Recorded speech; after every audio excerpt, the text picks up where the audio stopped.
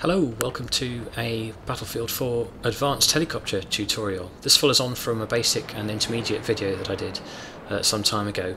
With this advanced series, I'm going to follow a slightly different format, purely because of the fact that there are so many topics and little bits of information to cover with helicopters in Battlefield 4. It makes much more sense for me to record gameplay and then just do commentary over anything interesting or relevant that I think would be helpful to people. Now, this is something I'll try and remember to do before every video, and that is to let you know under what mod state the gameplay was recorded. This was shortly after the R30 server update, which did have a few things related to helicopter gameplay. Obviously they're still tweaking and fixing things to try and make things a little more balanced. That's been needed for helicopters for quite a while, but there's a few things to do with stingers and igglers there, and countermeasure reload times as well. It's good to have a read, but that just lets you know what sort of game we're playing with. Right then, Caspian border, capture the flag gameplay. We start off with takeoff, and I head towards the flag, which has recently been taken. I don't spot a Tunguska off to just to the left of the nose there on a hill, and he fires at me with a couple of anti-air missiles. You know they're anti-air missiles because you get a nice lock-on tone before the missile actually launches, which means I have time to flare. While I'm making a hash of escaping low level, nearly running into an LAV, let's just have a look at the setup on the Tunguska. As they say, it's good to know your enemy. Here it is then in all its glory. This is the loadout I've currently got selected. It's probably what you'll find most experienced players produce. Active radar, the scourge of all helicopter pilots really. Although they have, as you may have noticed on the server patch page, reduced the cone for the guidance of the active radar missile, so they have to be a bit more accurate when they're aiming at you. May even require a little bit of skill, you know, for the anti-air there. Who knows? The guy that just fired at me before had the heat seekers on. You know it's a heat seeker because you've had the lock-on tone and he's launched it, and you've then had time to fire countermeasures.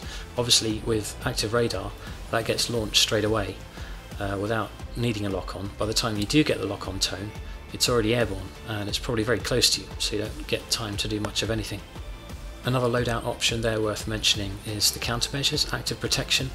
You know a vehicle's got active protection running on it because you'll see the green flashing light. You're much better off with the limited ammo of BF4 helicopters nowadays to wait for that to run its course and wait for it to go red, and then you can fire at it and do your damage again. Okay, so recovering from our little scud run along the river, get some altitude, see what's going on. There's a bit of a dust cloud around their flag, and that means helicopter. Just looking down there, he's landed. I'm not sure whether to fix or pick someone up. Either way, it's a mistake. Nice little couple of kills, and it's back across to the flag, and I'm trying to spot this mobile AA, and there we get the launch. Okay, so I know where he is now.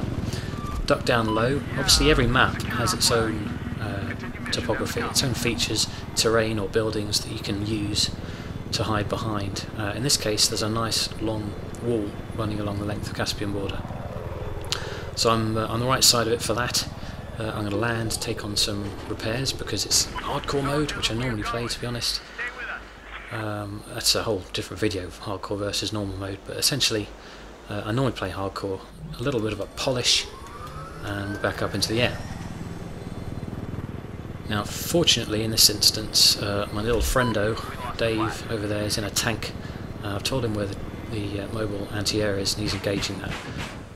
While he's distracted, a few little cheeky zunies in there, and we get the kill.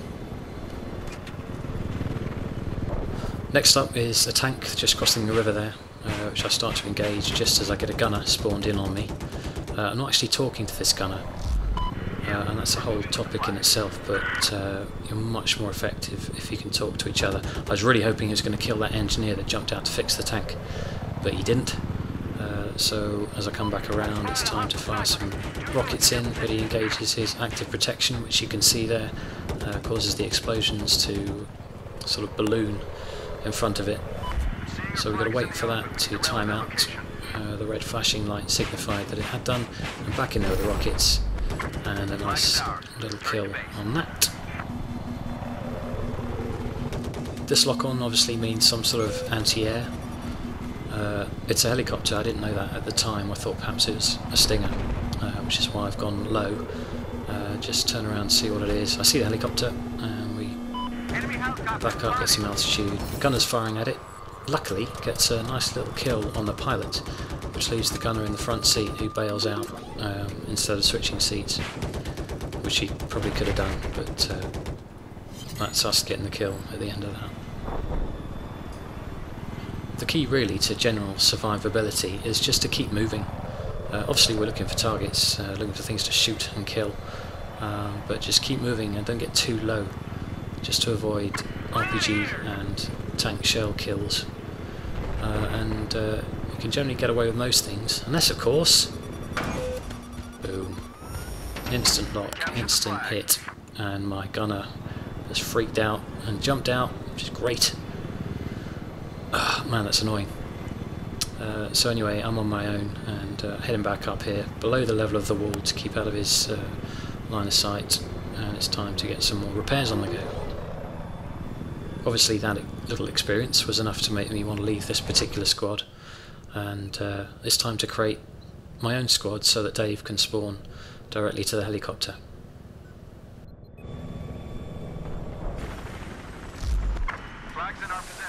A little polish and a little spawn, and we're off again. Back over the wall. Slight negligent premature discharge there from my gunner, and it's back over to try and flank this mobile AA. We've also spotted that their flag is being returned. You know there's someone sitting next to it because it's coloured orange, the little timing circle there. Get some fires but no kill. I think it's probably behind a rock. Dave gets a quick kill on the ground there somewhere. And oh look. Boom. I didn't see it. I'd probably forgotten about it, having as I do the memory of a goldfish. But there it is, we're flying straight towards it. 2 active radar missiles up the chuff. And probably a little bit of cannon for good measure. Because we lost power, I don't have enough to get back over the wall, and we smash into it. Insta death. Lessons learned there. Well, try and remember where mobile AA is at all times really. It can just dominate the whole map pretty much still. It's just a case of trying to get a little bit of situational awareness. And definitely don't fly directly towards one like I just did. That was all my bad. So this is a little bit later on in that game. While I've been running around and checking the map, I noticed a couple of snipers popping up, circled in red there. Dave was out and about and not available to spawn as the gunner, so this was a good opportunity to display the seat switching that you can do, as long as there's no other immediate threats around. And particularly handy if you've got thermal on your gunner. Because this is hardcore mode, there's no little red Doritos to help you out. So switching seats, switch to thermal, find one of them, bang, and you'll notice when I change back to the pilot seat, it takes a while for the helicopter to get power and control back again. You can avoid that as I head over here to find the second sniper. If you double seat switch, i.e. into the gunner, want to get the kill, back to the pilot seat, back to the gunner seat and back to the pilot seat, that second time you've instantly got control available to you. That technique though of course can be somewhat dangerous, particularly because you lose altitude. See, as I get a couple of more kills here, dropping back towards the ground, when I switch back to the pilot seat I'll do a double switch to get the power back, but there's an RPG just below us and he gets a nice little kill just in time to catch Dave spawning into the gunner seat as well. Nice. And that's pretty much it for this video anyway. I will continue to record gameplay, and every so often I'm sure something will crop up that's worth posting. I hope you've enjoyed it, I hope you found it somewhat useful, and I'll see you in the next one. Bye bye.